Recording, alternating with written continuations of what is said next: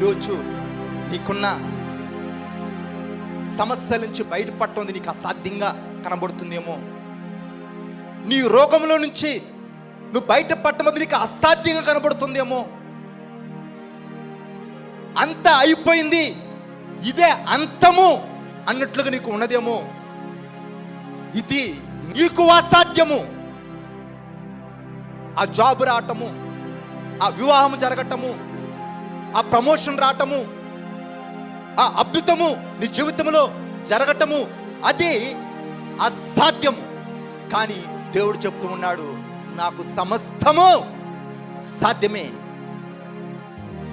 ఈరోజు నీ పరిస్థితి ఏదైనా, పరిస్థితిని బట్టి నువ్వు కృంగిపోబాకు, పరిస్థితిని బట్టి నువ్వు కలవరపడబాకు. దేవుని బట్టి ధైర్యముగా ఉండు. విశ్వసించువాడు కలవరపడడు. నువ్వు నమ్మితే నెమ్మదిగా దేవుణ్ణి మొక్కు. దానికి సజీవ సాక్ష్యము. ఇదిగో ఇక నేనే నిలబడి ఉన్నాను. దైవజనుడు మనతో లేనప్పటికీ ఆయన ప్రార్థనలు మనతో ఉన్నాయి. ఆయన మన మధ్యలో లేకున్నప్పటికీ ఆయన ద్వారా దేవుడు చేసినటువంటి ఆ యొక్క గొప్ప వాగ్దానములు ఇదిగో అత్యల్పులమైన మన ద్వారా దేవుడు జరిగిస్తూ ఉన్నాడు. ఆయన ఏదైతే చూడాలనుకున్నాడో, ఏదైతే చేయాలనుకున్నాడో, కొన్ని చేయలేకపోయాడు, చూడలేకపోయాడు, కానీ ఆ యొక్క భాగ్యమును, ఆ ధన్యతను ఇదిగో నిలబడ్డ నీకు నాకు దేవుడు అనుగ్రహించాడు.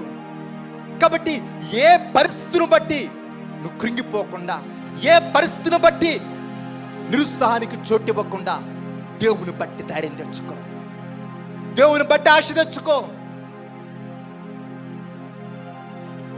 ఆయనకి అసాధ్యమైంది ఇది లేదు. ఆయనకి సమస్తం సాధ్యము. ఎప్పుడు అంటే నువ్వు నమ్మినప్పుడు. ఆయన రెడీగా ఉన్నాడు. నీ ప్రతి పరిస్థితిని మార్చడానికి ఆయన రెడీ. మరి నువ్వు సిద్ధంగా ఉన్నావా? నువ్వు సిద్ధంగా ఉన్నావా? ఎప్పుడు దేవుడు నీ జీవితంలో తన మహిమను కనపరుస్తాడంటే నువ్వు నమ్మినప్పుడు. నమ్ముతున్నావా? ఈ పరిస్థితి మారుతుంది, ఈ అద్భుతము జరుగుతుంది, ఈ ఊపిలో నుంచి నేను బయటికి వస్తాను, ఈ బలహీనత నుంచి నేను విడుదల పొందుతాను అని మొదటగా నువ్వు నమ్ముతున్నావా? నమ్మితే ఆయన రెడీ.